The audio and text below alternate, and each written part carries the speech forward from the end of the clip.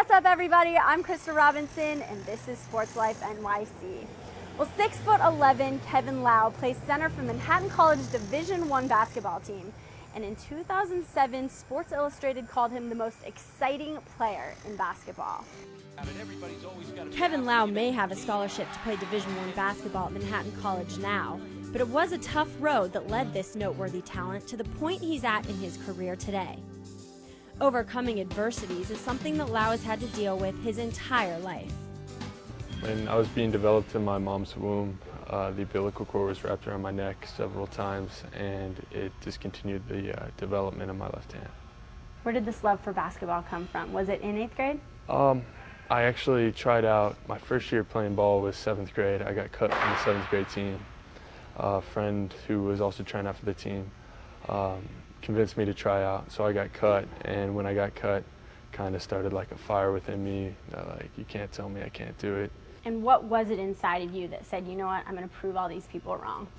Well, I was blessed with a loving mother who always told me I could do anything. So hearing for the first time that I can't kind of ignited something within me, to prove them wrong. But at the same time, I fell in love with the sport. Here you are today, a freshman at Manhattan College Division I basketball team. Explain how you got here. It was a long journey, to be honest. I played high school basketball. Senior year, I was team captain and everything was going well, and I broke my leg the biggest game of the season. Lost all my scholarship looks from other Division I colleges. When I healed, Division II schools were still looking at me, but I didn't want to settle, even though they were decent schools. I chose to go to Fort Union Military Academy in Fort Union, Virginia, play a post-grad year there for a year, and then I got recruited to Manhattan.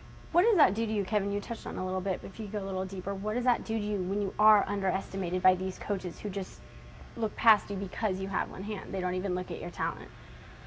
It's extremely frustrating, and even that's an understatement.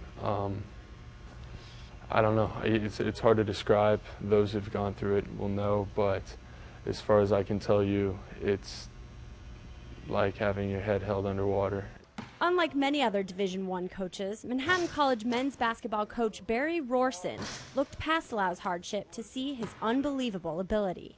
Well, having the support of our previous president, Brother Thomas Scanlon, who had forwarded an article to me about Kevin from the New York Times to ask if I knew who he was and would he be somebody we'd be interested in recruiting.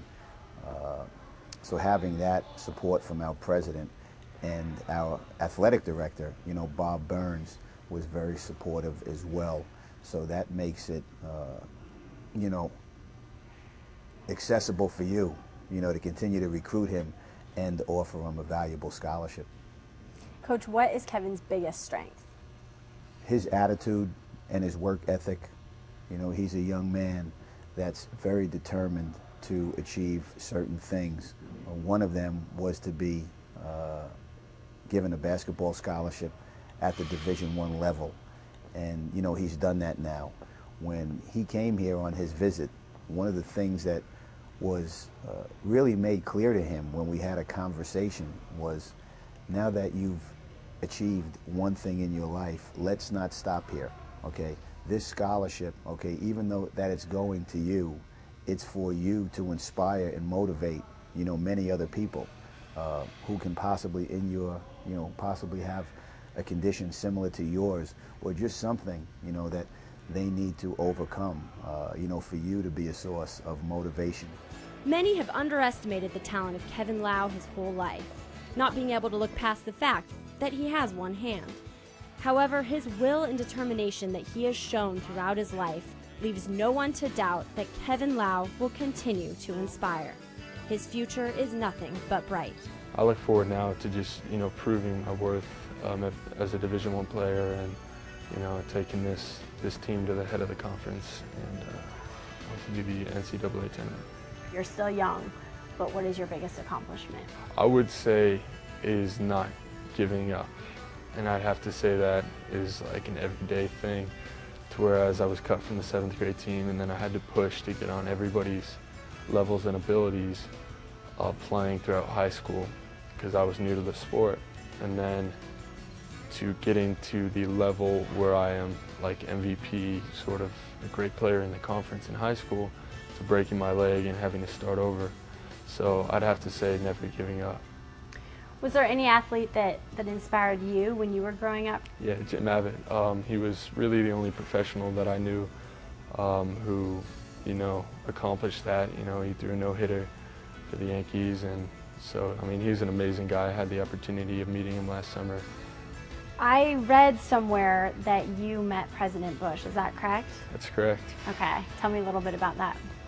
I was in Sports Illustrated senior year of high school, and he got a hold of the issue of the magazine, and he flew down in Air Force One in San Francisco, and I had the opportunity of meeting him at the airport and talking to him for about 10 minutes, 15 minutes. What would it mean to you to meet Obama?